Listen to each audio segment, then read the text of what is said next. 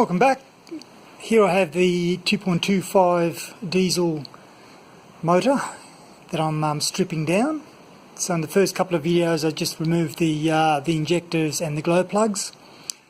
So I'm making my way slowly, the intention to remove the head first. So we're looking on this side now. We've got the manifolds to remove, and I'll do that next. These are just secured in by just the, I'll just put some light on that. There you go.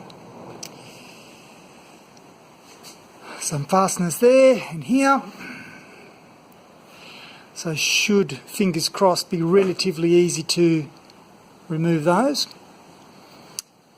And then I'll just remove other little sundry bits. Now, interesting to note that on the manual that I have, it actually stipulates to leave that there until after you remove the head, which I'm not sure why, because I figured this will be extra weight that you don't want to be having to manage, although I suppose it does provide with a fairly good grip to remove the head. Then we've got this to look at, potentially removing. I might actually just undo it from here, so it just pops straight out. See how I go.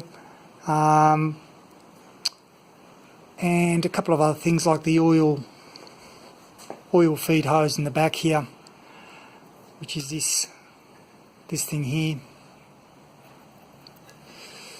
And then I can start working on the top. So first things first, let's get rid of these manifolds. For ease of extraction, I did remove most of these. I left that one in there, but the other two are gone.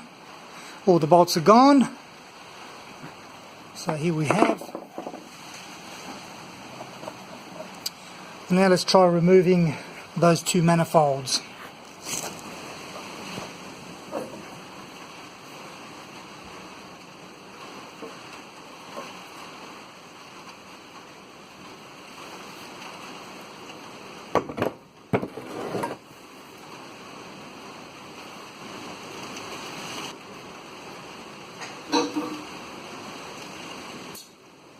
Okay, it was easier.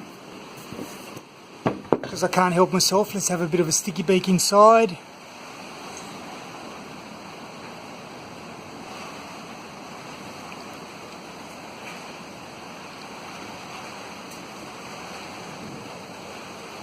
Bit of carbon on that one.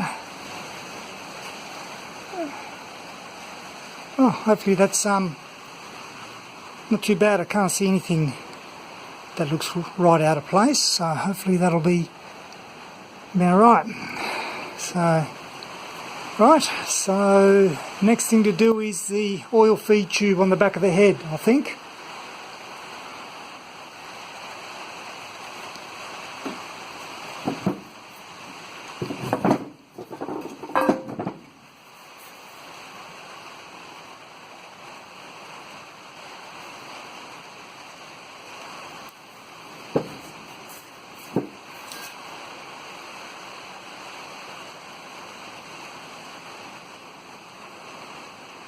Yeah, a bit dirty, but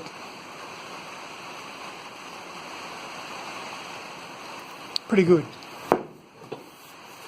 Right, now to do that oil seal. The oil feed banjo over here.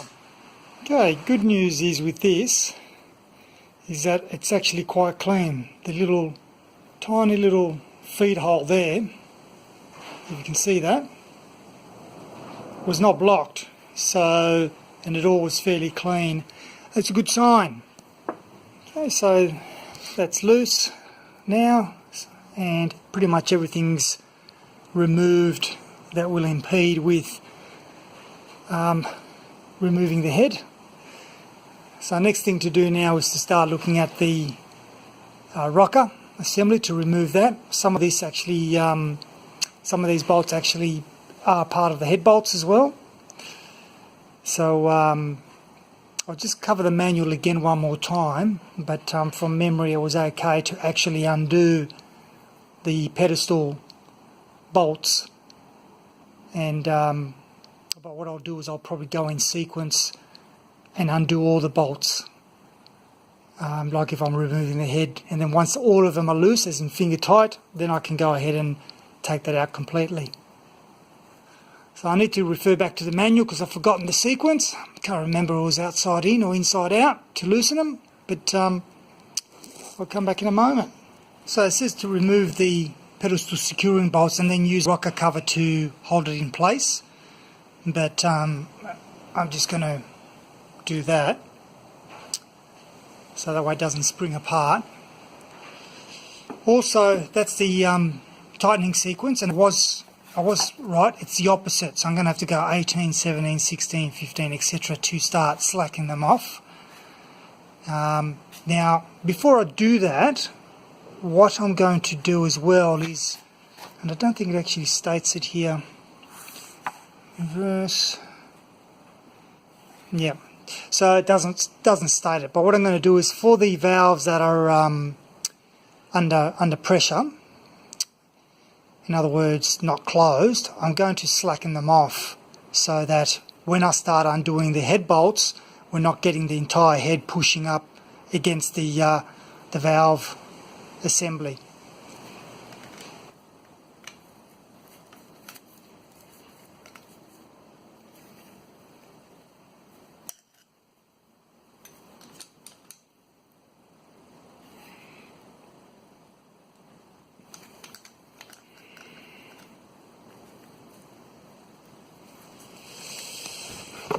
Okay, so now I'll slacken these pedestal ones off first, these ones, the little ones, and then once I've done that I'll find the appropriate head bolt size and then start going in reverse order as per the manual. The bolts are now all loose here. Good. So if we've got 18, 17 and then 16, 15, so that'll be 18 and 17. So 18, 17, because this one down here, that one down here, is actually 13. So this is why I've got to be careful and really go slow. So I'm just going to do a bit of like a half turn on each bolt, so gradually loosen them up, not all in one go. And I might take 3 or 4 goes around before they're actually completely loose.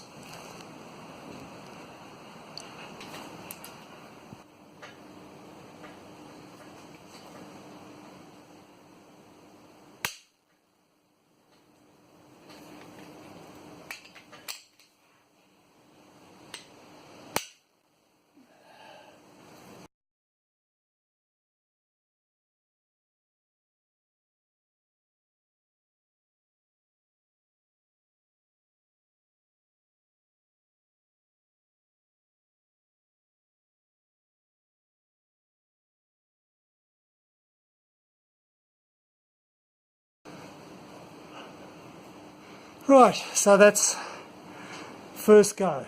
I'm going to repeat the whole process, but basically all this bank here, the lower ones, were loose or were not as tight as the top ones, and I'm not sure whether or not that's by design or is in terms of these torque specs or whatnot, so I'll have to double check that. So I'm going to repeat the process 3 or 4 times or whatever it takes in order until all the head bolts are loose. Last one, pretty much.